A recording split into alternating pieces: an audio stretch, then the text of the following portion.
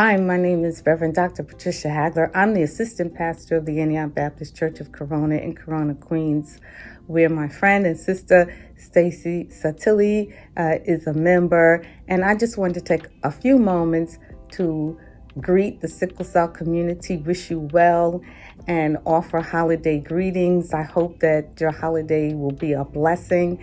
I also would like to just give a big congratulations to Stacey on her podcast, The Advocate, The Power of Your Voice, for we all know that Stacey is a powerhouse and an advocate for the sickle cell community. She's a true warrior, and we thank God for allowing her to use her gifts in this way. And if I can just take a moment to say a short prayer. Oh God, we give you thanks and praise for who you are and for what you do. We thank you, oh God, for being in the midst of this community. And we thank you for just lifting up each and every voice and allowing each and every voice to be heard, letting us know, God, that there is a community that is rising up and speaking out on behalf of those who are part of the sickle cell community, those sickle cell warriors. Oh God, we ask that you provide for the sickle cell community and especially the warriors all that they might need. We ask that you continue to use the healthcare professionals in an ethical way, oh God, and in a way that they will be able to provide all of the services and all of the medical treatment that the sickle cell warriors might need, that they might be instruments of your healing power. But most of all, oh God, we thank you for this season. We thank you for allowing us to celebrate Jesus Christ in the midst of this season and to give thanksgiving, oh God, for the Thanksgiving season, to give thanks, oh God, because you are great, you are wonderful, and you are awesome. In Jesus' name, amen. Good day, everyone. I'm Stacey Sottile, your host for this program. Welcome back to The Advocate, The Power of Your Voice. This is episode number 3, and for repeat viewers, by now, you may know that this is a podcast all about sickle cell disease and advocacy. You may also know that the very own host of the podcast, me, Stacey Sottile, lives with this chronic illness, sickle cell disease, for 54 years now. I'm excited about this episode. It is our holiday festive fundraiser special edition. We have great surprises and guests for the viewers. First, let's get back to the core purpose of the program, sickle cell disease and advocacy. What is sickle cell? We know by now that it is a blood disease. Who gets sickle cell disease? Sickle cell is most common in people of African heritage, but a person of any race can have sickle cell anemia. It is not just a Black American disease. It is global. Folks who are Black, white, Latin, Asian, Mediterranean, they all can have sickle cell disease. The sickle gene is linked to regions known for malaria or has been known for malaria in the past. 100,000 Americans are affected by sickle cell disease. This is a little education for our viewers. I had the opportunity to watch some of our previous episodes of The Advocate, The Power of Your Voice, and for now, I like to fill in a few blanks that I think some folks watching may want to know or have questions or comments to add. I shared with our podcast family that I am a sickle cell warrior. Warrior is what I and many other folks with sickle cell or other chronic illnesses call ourselves. When referring to people with sickle cell disease, it is in most cases more acceptable to call us warriors. Some folks say sicklers, but that can and has been considered an insult. So stick to saying sickle cell warrior, or perhaps a person with sickle cell anemia. While watching past episodes, I also figured viewers may be curious to know what treatments I am on to help me fight against this very serious disease. And perhaps, how do I cope and remain hopeful? Well, we opened the podcast today with a very powerful prayer. Whenever I'm asked the question of how do I cope with sickle cell disease, I usually respond by speaking of my faith in God. Prayer and meditation is for me an effective method when I am in pain. It helps me to de-stress, and it distracts me from the turmoil that my body experiences when in a sickle cell crisis. Prayer is very uplifting, and I hope you felt it today with our opening prayer. Another treatment that I receive, which I am very vocal about, is blood transfusions. Our first guest, Yadira Navarro, Director of Community and Stakeholder Relations for the New York Blood Center Enterprises, is here to help me discuss more on the topic of blood transfusions and the urgent need to increase blood donations. Yadira Navarro is a valued partner in advocating for sickle cell disease awareness. Yadira and her colleagues work hard to ensure that our community blood supply is as diverse as the hospitals and patients they serve. Over the last 20 years, she has been committed to raising awareness about the life-saving importance of blood donations and educating others on the benefits of genetically matched blood products for sickle cell patients. Let me welcome to our podcast family our very first in-studio guest, Ms. Navarro. Welcome to The Advocate, the power of your voice. Before we begin, I'd like to share that for almost a decade now, I've been receiving blood transfusions every 4 to 6 weeks for sickle cell disease. My doctors administer the blood in a process called apheresis. That is where they take out the unhealthy sickle cells and replace them with healthy donated red blood cells. This topic is very personal to me. Okay. Yadira, I just want to welcome you as our first in-house guest, and just have you take the floor and tell us about the need for blood donors and the difficult job that you and the New York Blood Center Enterprises do to fulfill this need. Great, yeah. So it is such a privilege to be your first guest, but also to talk about sickle cell. I've been with New York Blood Center Enterprises for 20 years now, which is crazy to say out loud. But, you know, it is really our service and our mission to make sure that we're providing a healthy blood supply for patients in need. As you know, sickle cell patients are exactly the community that we need to make sure that we have that diverse and ample supply to meet, you know, as a treatment option. There's a lot of challenges that come with maintaining a healthy blood supply in general, but as you mentioned, you know, diversity is a really big factor. We want to make sure that our donor population matches our patient population. I don't know how deep you want me to get into the science of it, but we know we have the 4 blood types, we have the Rh types, and if God forbid somebody has a traumatic accident, I'm an A positive, I would get that A positive or O negative, which is a universal donor, and I should be able to recover and heal.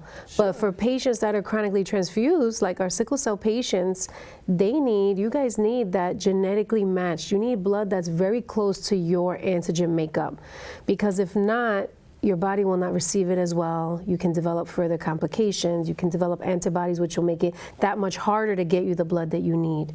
So for us, we really try to make it our mission to make sure that we're in every neighborhood, that we're providing opportunities for people of every genetic background to be able to contribute, so that way we have that diverse blood supply for the patients. Yes, it's very important, and I'm so glad that you've taken on the sickle cell community as your people to promote blood donations for, because I shared that I go every 4 to 6 weeks to get, what is apheresis treatment, a blood transfusion.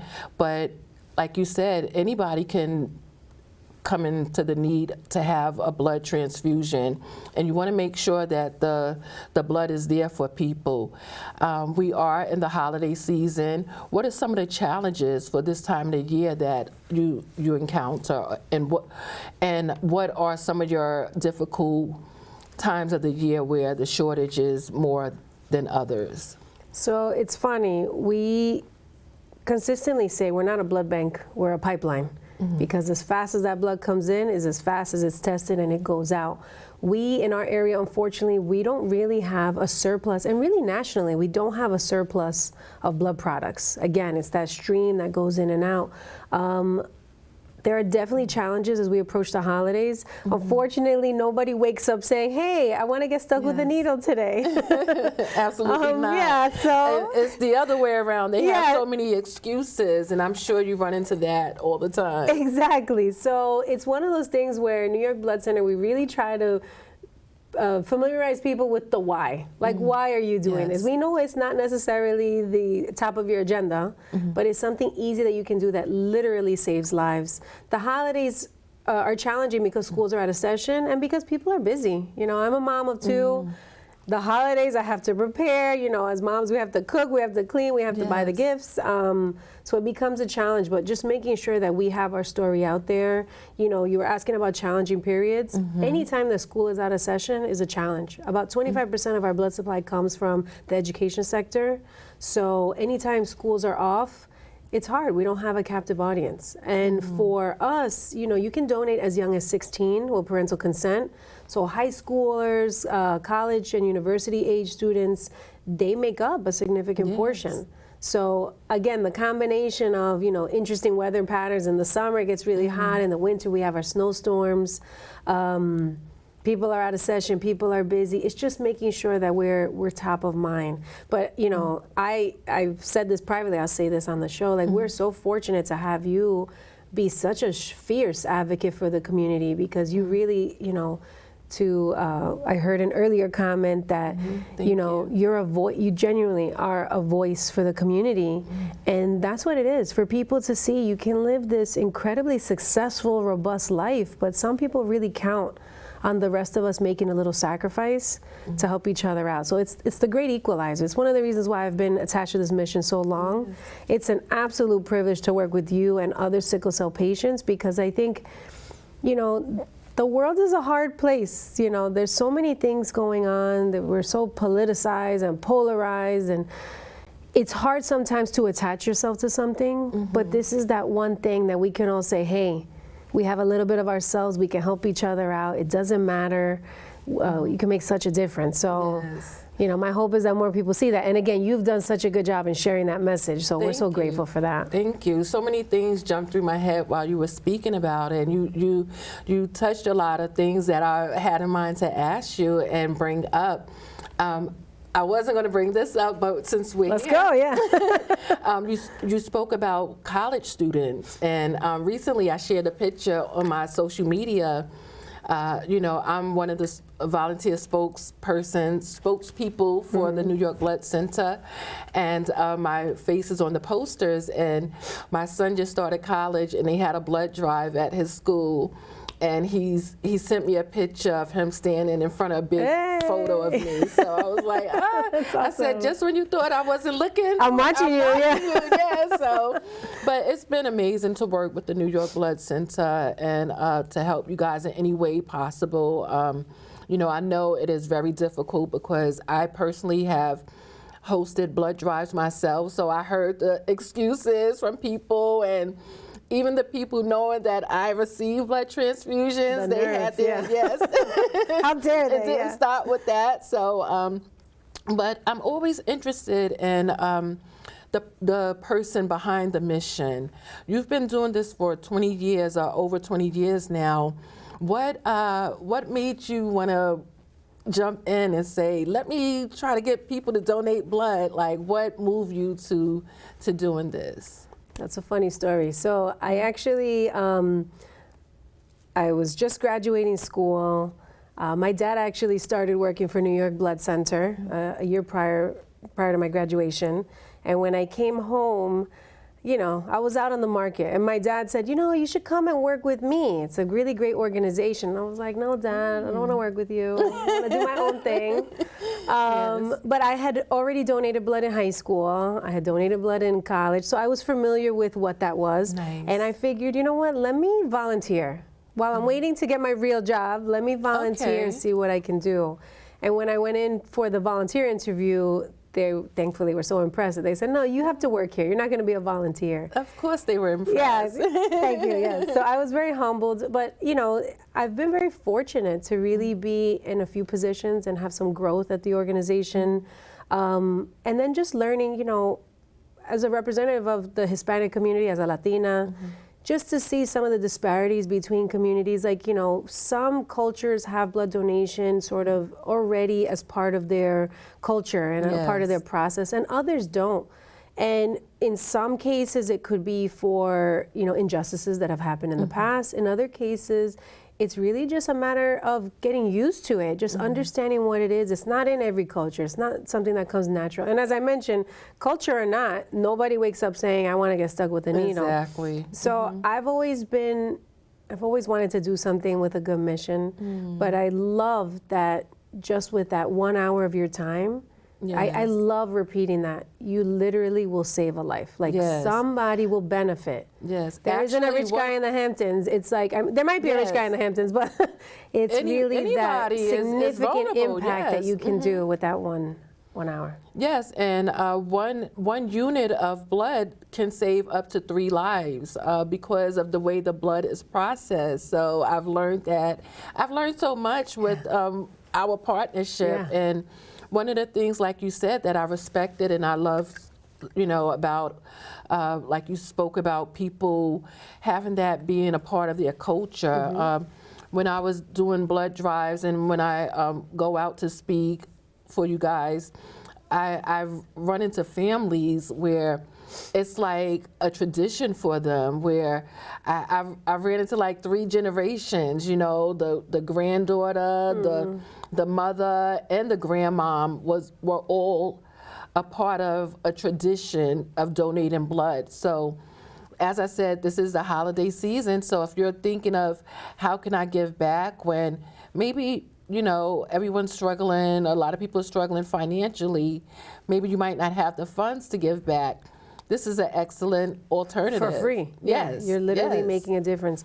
And you get cookies. And you get cookies. Oh, we'll talk about that in a second. But, you know, statistically, 1 in 3 people are going to need blood in their lifetime. And that is a crazy statistic. 1 in 3 people is not a significant, you know, it's not a big gap. Small pool. It's a small pool of people. And, you know, especially as you age, you meet more and more people, you know, relatives that have needed blood, and it really is that fix, you know, in speaking with you and speaking with other patients, to even learn the process of receiving the transfusion and the time it takes for you to get that unit. So it takes us 1 hour to donate it. And truthfully, it takes you 10 minutes to donate it because it's just that one part. But, you know, to then know that the patient is spending hours receiving that unit, but then gets that refresh. You know, I've heard you say it, I've heard other patients say, I feel like me again, like I can go and do anything. It's really, really great to Definitely. And speaking personally, you know, I always give credit for the blood transfusions that I receive as being the reasons why I'm alive today, because having sickle cell disease, I was encountering something called acute chest syndrome, and it's similar to a sickle cell crisis in the lungs. It's similar to like COVID or pneumonia, and it's very dangerous. So about almost 10 years now, my doctor said, no, you can't keep doing this. We have to think of something, because you're not going to be around much longer unless we change some sort of treatment for you. And like I said, I go in every 4 to 6 weeks, and I spend about 3 to 4 hours receiving the blood. And for the apheresis process, as I explained, it's when they take out the unhealthy red blood cells, and then they replace it with healthy donated cells. So it's kind of compared to dialysis with the machine that they use and stuff like that. But it does give me that recharge, and it is the reason why I'm able to be a mom. I'm able to be here today. I'm able to live, my life and set goals and achieve them. So this is so personal to me, and a lot of people in the sickle cell community as well. We take it for granted, even, I remember when I had my children, somebody said, you're gonna, even in your hardest moment as a mom, you're gonna miss that hard moment one day, right? And I would try to remember that on the really bad days where, your baby doesn't stop crying. I was like, I'm gonna miss this. And it's true, you do miss it. So I think we take for granted the everyday when we don't have these conditions.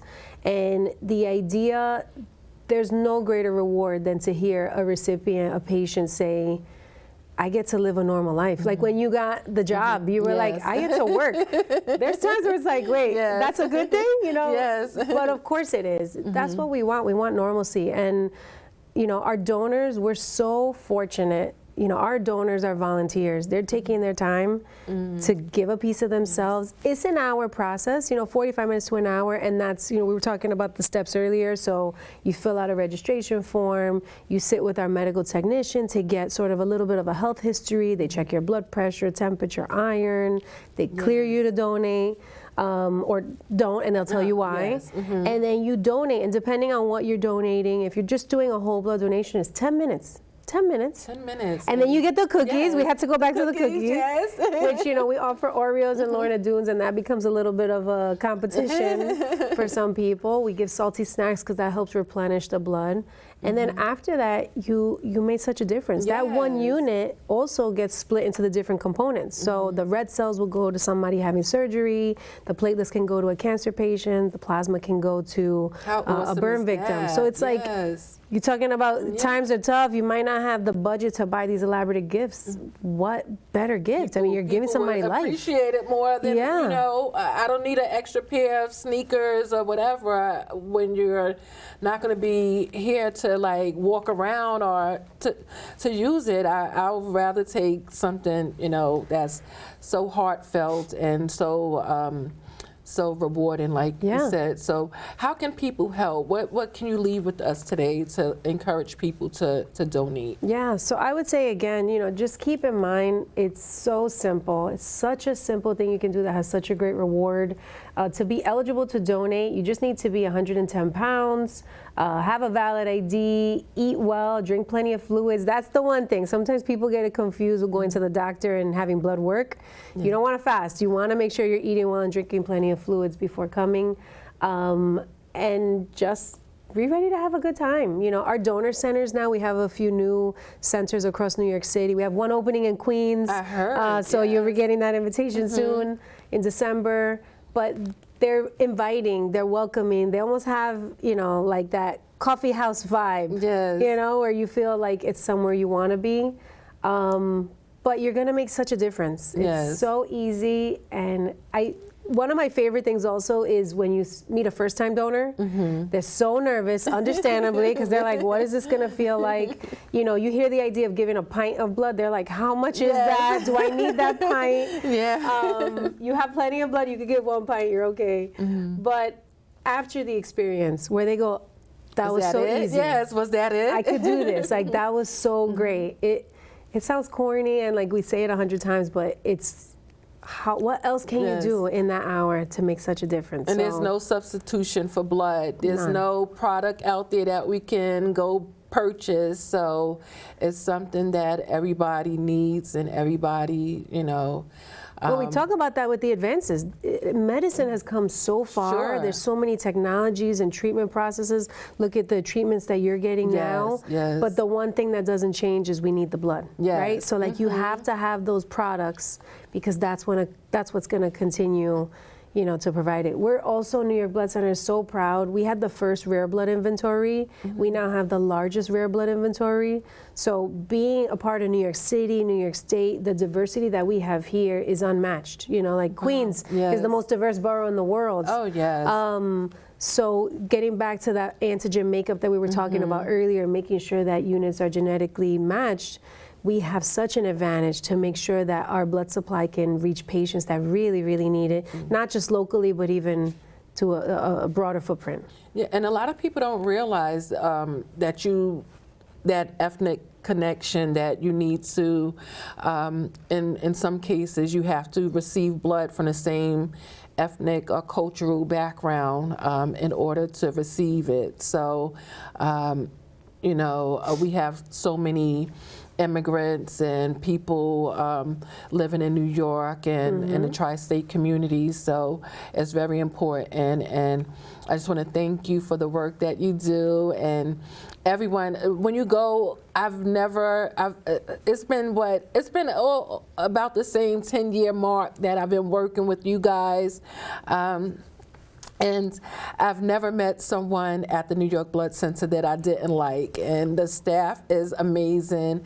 I love this lady right here. We worked we worked together so many times, and she always calls me out. You always call me out when there's a need, and if I can help, I put on my gear and I'm there. So just thank you for having me to be a representative and to help get that message out. So, and thank you for being my first in-house student. Thank you. I'm so proud that I get to have that badge of honor. Yes. We're going to look back at this day, and I'm going to be like, that was the first in-house. Yeah, remember when, right? Yes. So, it wasn't that hard, right? No, this is great. And I appreciate you. Anything you want to say before we leave? Is there anything else you want to leave behind for the viewers? Yeah, I do. I want to plug Stacey's book. If you have not read her book, it is such a genuine accounting of her experience as a child with sickle cell. We were so privileged to be able to do a book launch. That was last year, right? I can't remember. But again, it was a new and exciting way to bring awareness to this cause, but also to celebrate such an incredible accomplishment. So really, thank you for letting us be a part of that last year. Guess Who Mama Pooh. Guess Who Mama Pooh. Get the book. Bookbaby.com. I'll have all of that information at the end of the podcast. And if you have any statistics or anything that you want to leave with us or send to us that we can put on after for viewers to be informed about, we'll do that. But I appreciate thank you. And donate blood. Donate blood is easy and you make such a difference. So you can visit us on our website, nybc.org. Find a blood drive near you because we want to make it convenient. And get some cookies, some snacks. This is the season for giving, so give blood. Yeah, absolutely. Thank you. Thank you. And thank you to the New York Blood Center Enterprises. Thank you so much. Thank you. Welcome back to our special holiday 2025 fundraiser episode of The Advocate, The Power of Your Voice. I'm your host, Stacey Sottile. We just wrapped up our interview with our first guest for the program today, Ms. Yadira Navarro from the New York Blood Center Enterprises. This is a season for giving. We have already spoken about the dire need to give blood. Hopefully this program will raise the blood supply as well as funds for community organizations that work so hard to help people with sickle cell disease who are in need. If you would like to play a part in raising money for the sickle cell community, the Sickle Cell Awareness Foundation Corporation International is having a special gala event. The fundraising gala will take place on Saturday, December 20th, 2025 at the Edward Davis Center in St. Albans, New York. For more information, call 917-373-8434.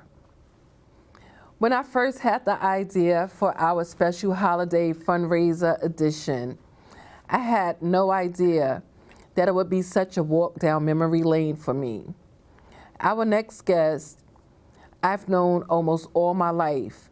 She is a founder and CEO of a dynamic company in a $13 billion pet travel industry called Pets to Go. Pets to Go provides luxury care and amenities for people's pets when they travel. Besides being a business tycoon in the pet care department, our next guest has more recently gained notoriety for her acting skills as the villainous helicopter mom in the comedic social media hit show and the Kountry Wayne skit universe. It doesn't stop there for this amazing woman. She is a U.S. Army veteran, model, actress, full-time mother of a beautiful daughter, and so much more. I'm speaking about the beautiful, talented, smart, and strong Miss Angelina Cortez. Welcome to The Advocate, the power of your voice. This is a show about sickle cell and advocacy. Yet many people, including sickle cell warriors, love their pets. And according to the Kountry Wayne's brand, you and your castmates has touched on the topics of genetics. Sickle cell disease is a genetic illness. However, in the Kountry Wayne's world, I'm referring more to genetics such as DNA testing. But with that said, I will start off talking about the Pets to Go before we speak on the Kountry Wayne world. So my first question, Miss Angelina Cortez, and welcome to The Advocate, the power of your voice.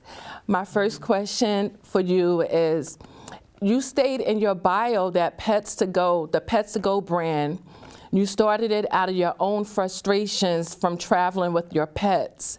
What was the exact moment that made you say, I'm going to start Pets to Go? Can you take me there? Oh my Lord, yes, I'll give you the condensed version.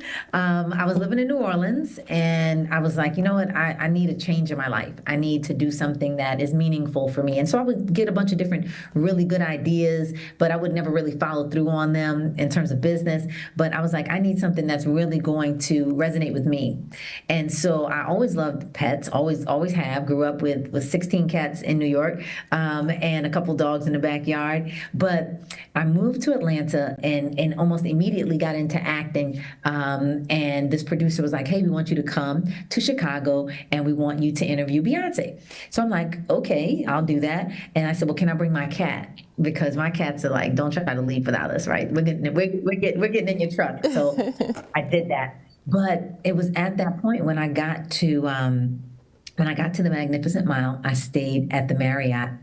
And when I checked in, they were like, no pets. I'm like, yeah, okay, whatever. I'm sneaking my cat in, and that's the end of that. So I said, man, I need a cat box, I need litter, I need liners, I need scoopers, at least for these 4 days while I'm here.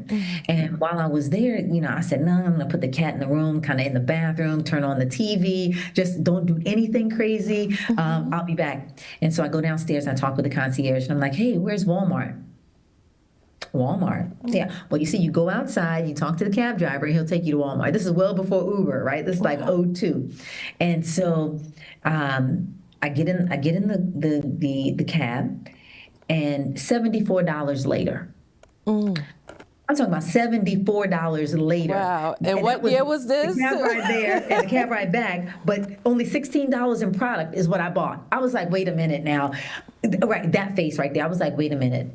If the hotel would have offered this to me for $100, I would have bought it. Because while I was traveling, I really had a lot of anxiety because I'm like, I don't want my baby to make noise because I don't want somebody to hear it because pets are not supposed to be in there. Plus, there's no cat box. I hope she's not going to pee on this or poop on that. I had a lot of anxiety, and I went home. We actually didn't even get to interview Beyonce because of all some kind of mix-up, but they still paid. Oh no! But the whole point was that by the time I got back, I was going to Bible study, and I had been in Atlanta at that point, like 6 months. And I said, Lord, what do you want me to do? What am I supposed to do other than go to church and go to the gym, right? Because I'm doing everything new. Everything I've never done in my life, I'm going to do now. And you're going to help me. And at that point, I heard, write this down. And I still have that original notebook with it was called a disposable litter box called Kitty to Go. It's a disposable litter box system that came with litter, liners, scoopers, and a treat and a toy, right? And so I really hyper-focused on that. And from there, the brand grew, but it was really that moment when I realized that I should sell these to hotels. And not only should I provide them with products, but then I could take that and I can help pets that don't have a home. And so that's kind of how everything came together. That's so interesting. So you saw the need and you felt like there was a gap in that market. But how did you take it from that idea to like starting your first product, or how was your first sale when you made your first sale? Because you've been doing this for quite a while now, so this is not like something you just started. How did you take the steps and get those steps into place? Oh my! So, I didn't make any money on this from the inception of May 16, 2003. That's the date the Lord gave it to me. I wrote it down. Okay. And I always remember that because that was the day that I began to get serious about whatever this vision was going to be. And it just morphed over time. It went from me making a disposable litter box to talking with hotels and them saying, we don't even see a whole lot of cats. And do you have something for dogs? I'm like, I just told you, this is a cat box. Are you not listening? And then I wasn't listening because I needed to make something for dogs, which wound up being where I made my first sale. So that was in 2018. Wow. That was like 16 years later. You were really committed. People think things a lot of time is just like overnight when they see you become successful, but it took you quite a while and you stuck to it. I'm sorry, continue. I didn't mean to interrupt you, but it's all good. Jump right in. So from that point, I had been doing a lot of groundwork because there was no one in this market space within the hospitality and travel market that was really becoming who I saw myself becoming. I saw myself becoming not a vendor on the outside of the industry, like over here and there over here, but I saw myself as a partner, right?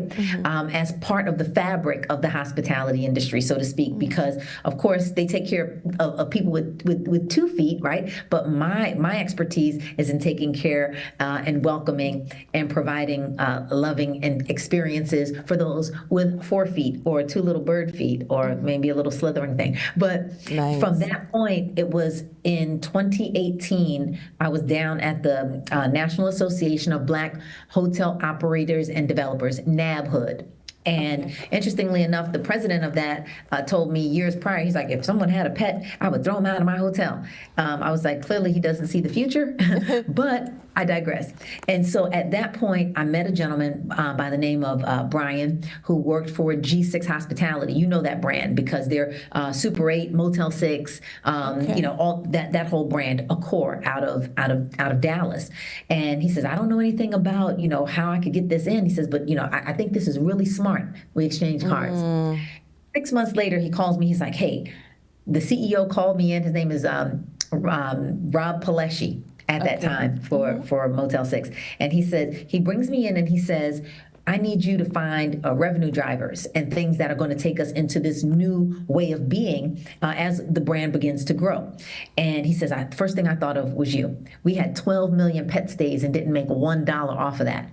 Now, $1. Wow.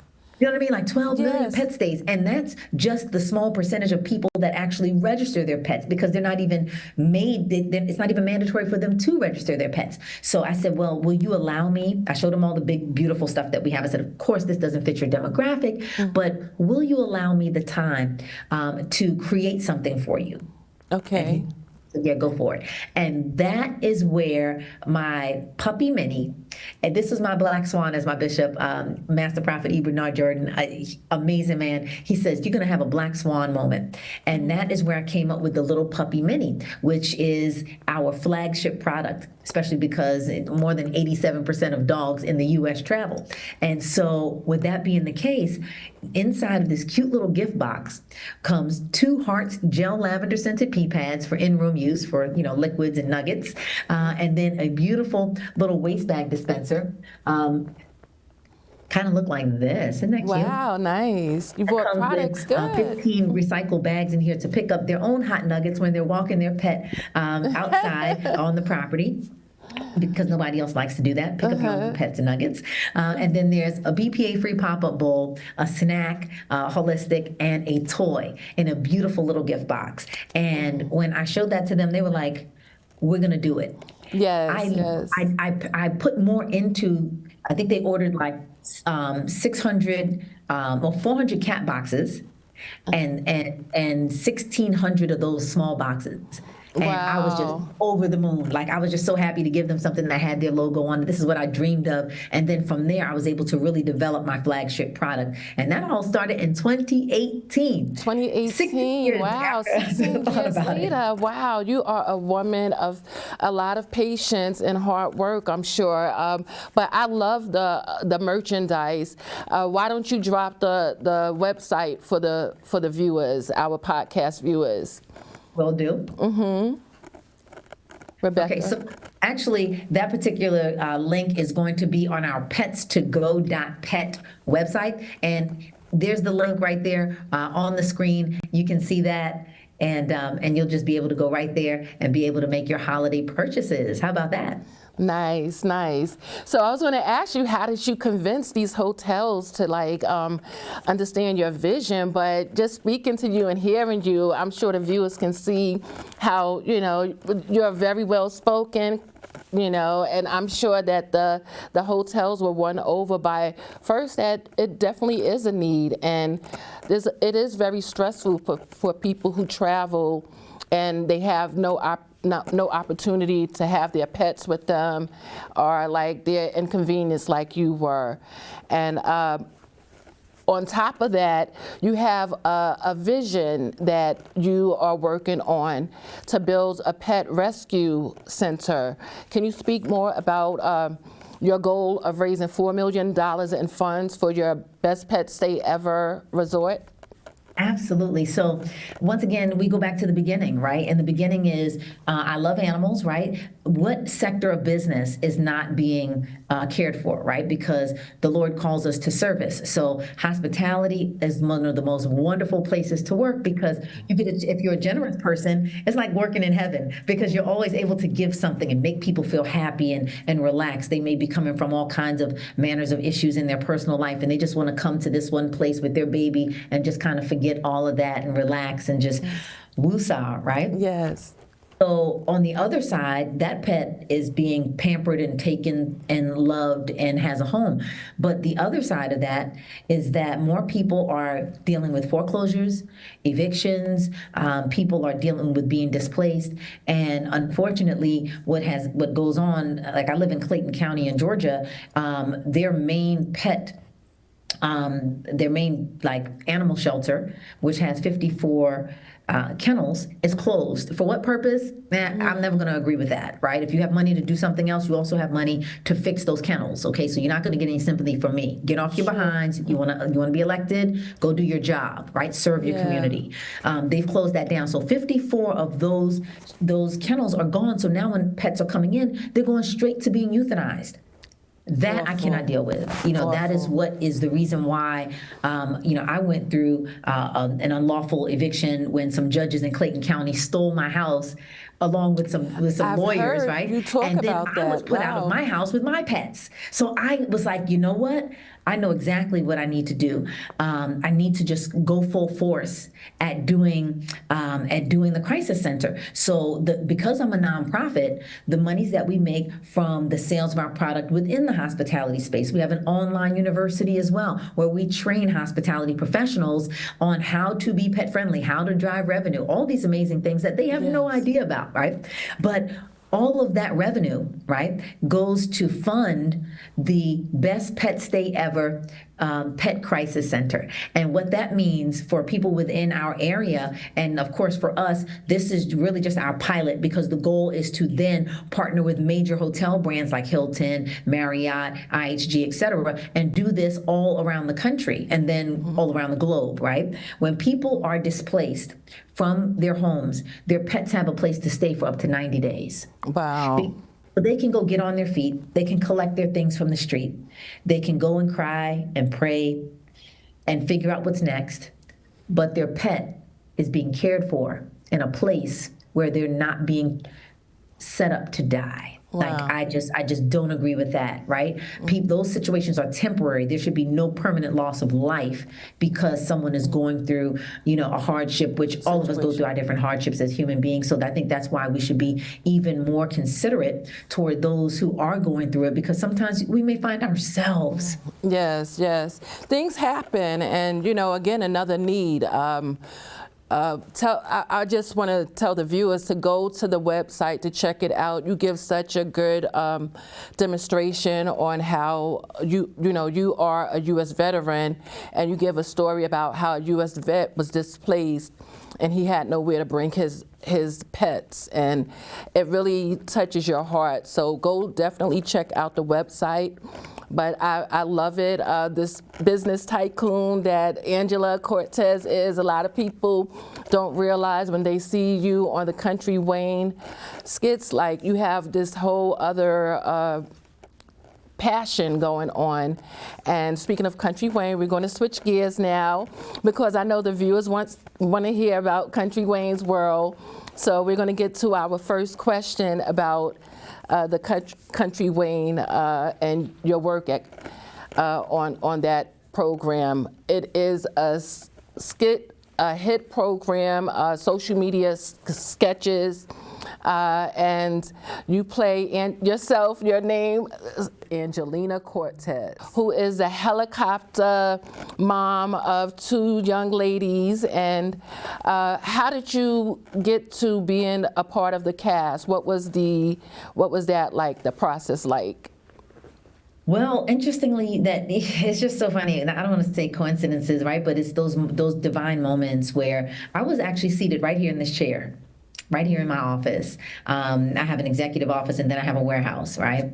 And so everything around me had kind of fallen down. The judges had stolen my house, and I was going through appeals and dealing with like these judges who just have done like so much wickedness and lied and done all this underhanded stuff with my paperwork. And I'm like, oh my God, I'm thinking you're supposed to do what's right, but you're not. So here I am in this office. I said, I'm going to spend a week in this office, and I'm going to seek the Lord, and I'm going to find out what he wants me to do. And so I came in and I sat down on I have like a 6-foot by 5-foot whiteboard, and I just writing down everything, all the big points of things that I need to do. And it was around midnight, and I was here and I was just typing on the computer, and I just stopped and I said, Lord, what do you want me to do about acting? Because I think the last thing I had been in was a movie with Isaiah Washington on BET called Keys to the City, where I played his wife. Wow. And so I wasn't really pursuing acting. I'm like, I've got to get my my passion going. This is what I need to focus on. Acting can come and go. But I sat here, I said that, and I said, well, you'll tell me. And I got back to work.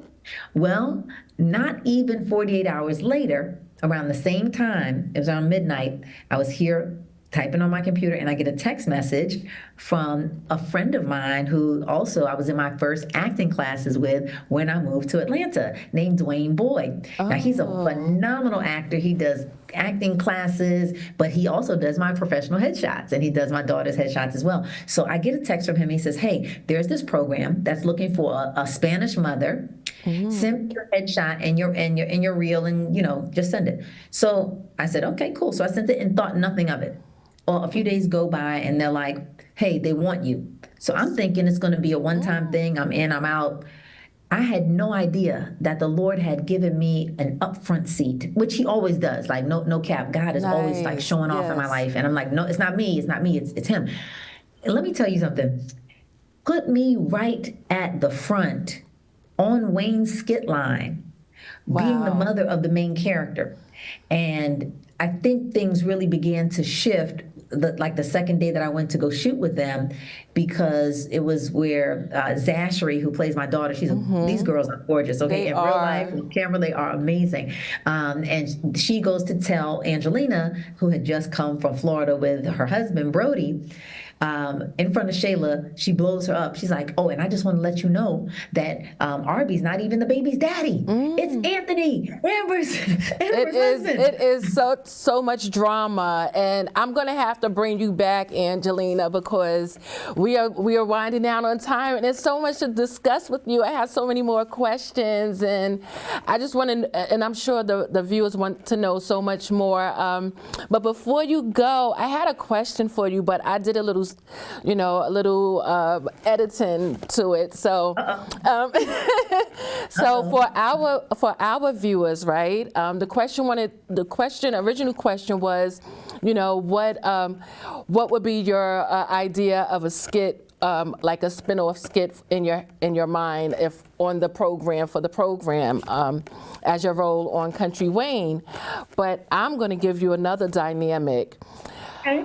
Miss Little Amber comes in and tells you that you've been hearing Little Miss Amber has been spreading gossip that Kai, your grandson, is not actually Anthony's baby, because check this out, Kai has the sickle cell trait.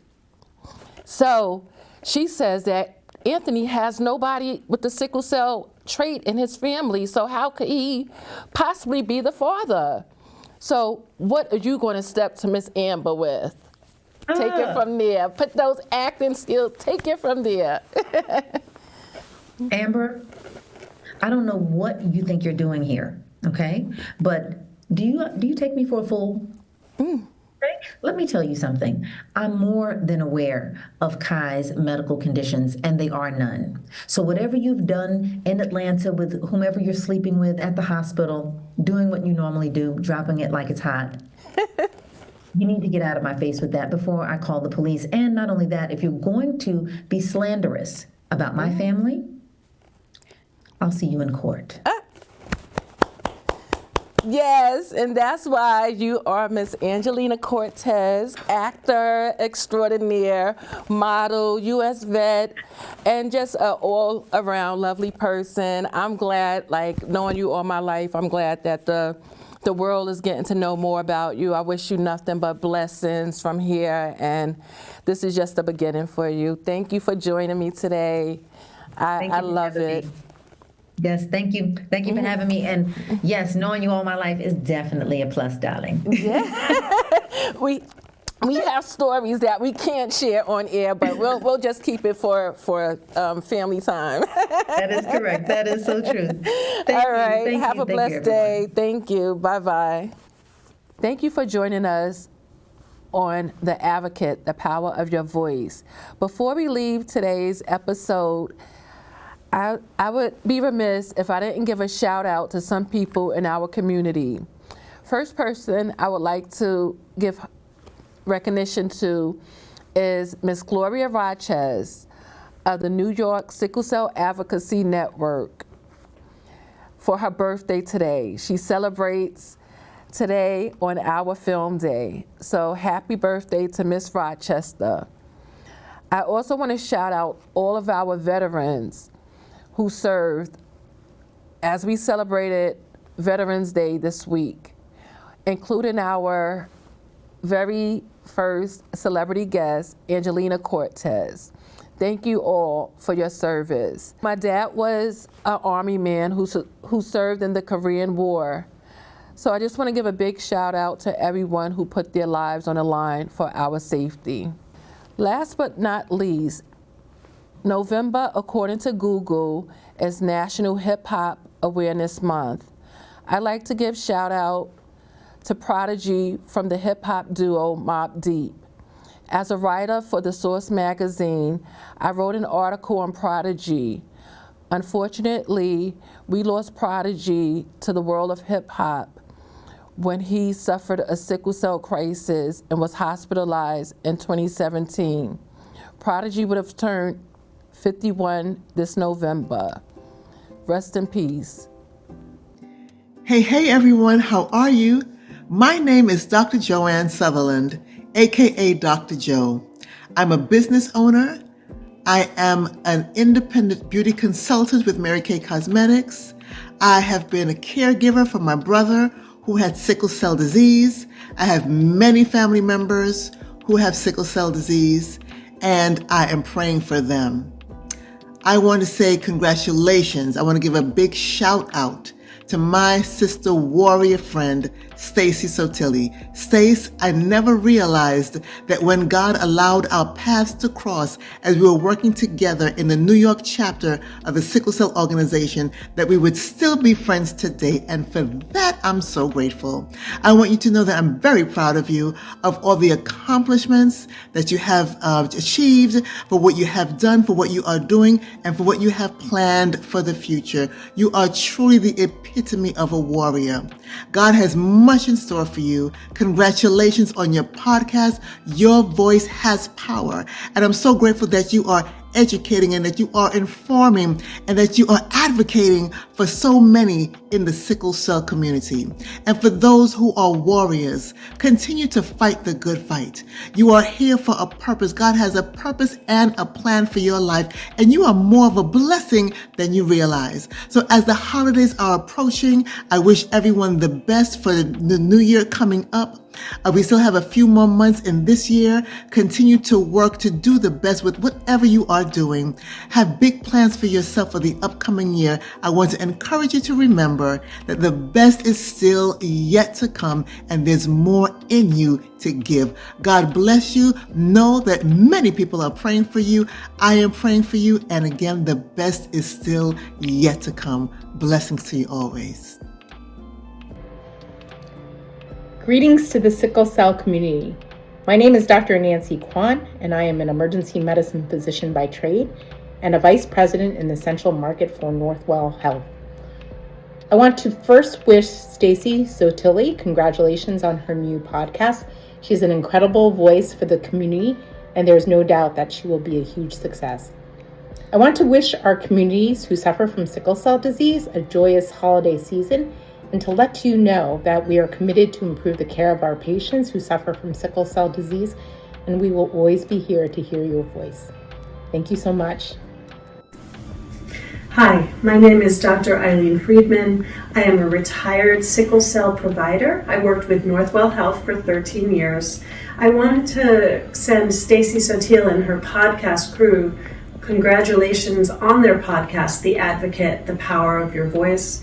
And I wanted to wish the sickle cell community, their caretakers, their providers, as well as their advocates, a happy, healthy holiday season. Hi, I'm Caroline Beards, public health nurse, sickle cell warrior, and advocate, and I'm giving a shout out to all my warrior family and their friends. Just saying, have a happy, healthy, stress-free, whether it's good stress or bad stress, stress-free holiday time. I'm wishing the best to my best friend Stacey Mason Sottile with her podcast, The Advocate, The Power of Your Voice. May she have many informative, fun episodes in the upcoming year. Wishing love, peace, and happiness to everyone this upcoming holiday season. Peace out. Hello, my name is Yadira Navarro. I'm the Director of Community and Stakeholder Relations for New York Blood Center. Our organization is so proud to support the sickle cell community with genetically matched blood donations, stem cell services, and we're even more honored to partner with several sickle cell organizations to bring awareness to the needs of the community. On behalf of New York Blood Center, I would like to wish the entire sickle cell community a wonderful holiday season, and we wish you health, prosperity, and all the happiness in the new year. I'd also like to congratulate Stacey Sottile, our beloved advocate and sickle cell warrior, on her new podcast, The Power of Your Voice, and extend our best wishes for an amazing 2026 production. It is truly a privilege to work with Stacey and the many warriors we get to call friends in our area. New York Blood Center is here for you, and we hope you have a wonderful holiday season. Thank you. Hello, everyone. My name is Yadira Cortez. I am the CEO and founder of Your Healthy Ambitions. We are a wellness company and a leadership company that works with busy professionals, caregivers, and other leaders on reducing burnout and stress and learning to lead with clarity, calm, and purpose. I am also a sickle cell trait carrier and have been a long-term caregiver for my family members for many, many years. I would like to take this opportunity to wish the sickle cell community well wishes for the upcoming holidays, and I would like to give a special shout out to Stacey Sottile for the launch of her podcast, The Advocate, The Power of Your Voice. Stacey, as my younger sister, I am so proud of you with everything that you are doing, and I know that 2026 is going to be your best year ever. Congratulations.